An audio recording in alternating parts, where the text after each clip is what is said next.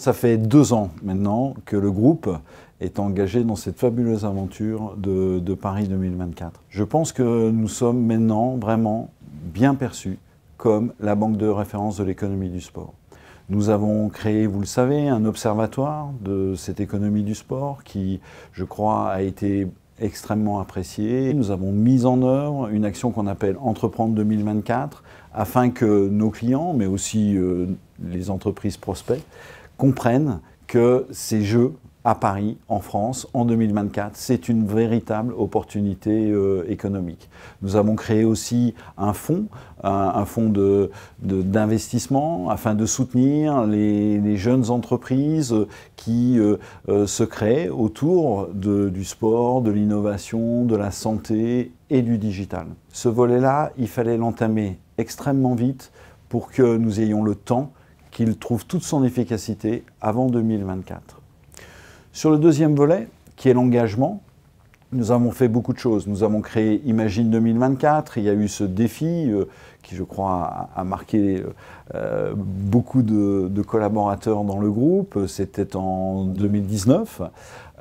Et puis en 2020, nous avons lancé cette plateforme où tous les collaborateurs, c'est la team Imagine 2024, peuvent s'engager dans des actions autour du sport, mais aussi autour de l'engagement sociétal. Par rapport au troisième volet, qui concerne finalement l'image des entreprises du groupe vis-à-vis du grand public, des clients, des futurs clients, nous avons fait beaucoup de choses. L'année 2020, je pense qu'on y reviendra, est un peu particulière, mais néanmoins, beaucoup d'actions ont été préparées, beaucoup de réflexions sur le positionnement que chacune de nos marques peut prendre dans cet environnement ont été réalisées et j'en suis persuadé, nous allons petit à petit, notamment en 2021, découvrir tout ce que cela recèle comme chose positive.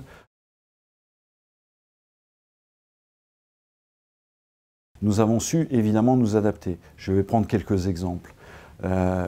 Entreprendre 2024, nous avons transformé finalement ce programme Entreprendre 2024 pour être encore plus proche de nos clients, des entreprises qui sont susceptibles, j'allais dire, de bénéficier de cette dynamique économique que représentent les Jeux. Je prends un autre exemple. Nous nous sommes beaucoup investis et mobilisés autour du financement des infrastructures et notamment de tout ce qui est les constructions de villages et nous avons pu mener à bien l'ensemble de ces actions malgré les conditions sanitaires.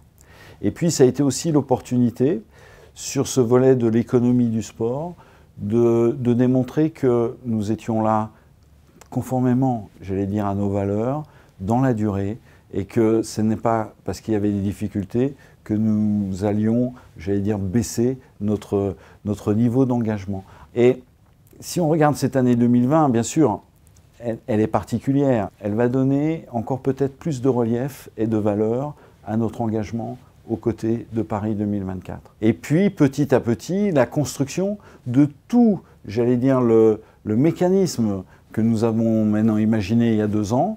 Bien sûr, cette dimension économie du sport va prendre de plus en plus, j'allais dire, de consistance et d'efficacité. Et puis, plus on va se rapprocher de l'événement, plus la dimension engagement, de la fierté autour de cet événement, d'en être partie prenante, va prendre de plus en plus d'ampleur.